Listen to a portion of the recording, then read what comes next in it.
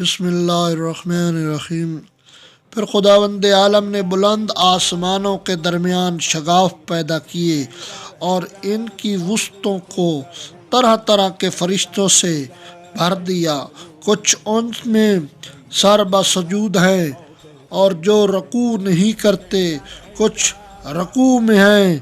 جو اپنی جگہ نہیں چھوڑتے، اور کچھ پاکیزگی بیان کر رہے ہیں جو اکتاتے نہیں، اور نہ ان کی آنکھوں میں نیند آتی ہے، نہ ان کی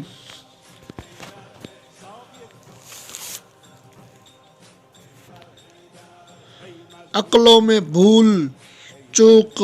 پیدا ہوتی ہے، نہ ان کے بدنوں میں سستی و کاہلی آتی ہے، نہ ان پر نسیان کی غفلت طاری ہوتی ہے۔ ان میں کچھ تو وحی الہی کے عاملین، ان کے رسولوں کی طرح پیغام رسائی کے لیے زبان حق اور ان کی قطعی فیصلوں اور فرمانوں کو لے کر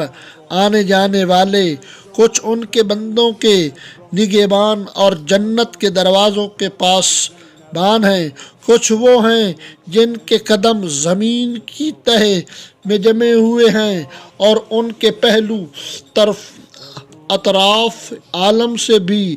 آگے بڑھ گئے ہیں۔ ان کے شانے عرش کے پایوں میں مل کھاتے ہیں، عرش کے سامنے ان کی آنکھیں جھکی ہوئی ہیں اور ان کے نیچے اپنے پروں میں لیٹے ہوئے ہیں، اور ان میں اور دوسری مخلوق میں عزت کے حجاب اور قدرت کے سرا پردے حائل ہیں۔ وہ شکل و صورت کے ساتھ اپنے رب کی تصور نہیں کرتے، نہ اس پر مخلوق کی صفتیں طاری کرتے ہیں،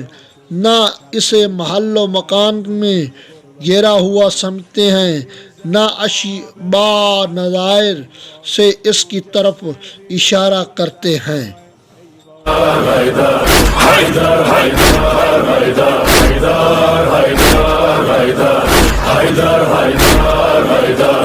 ایمان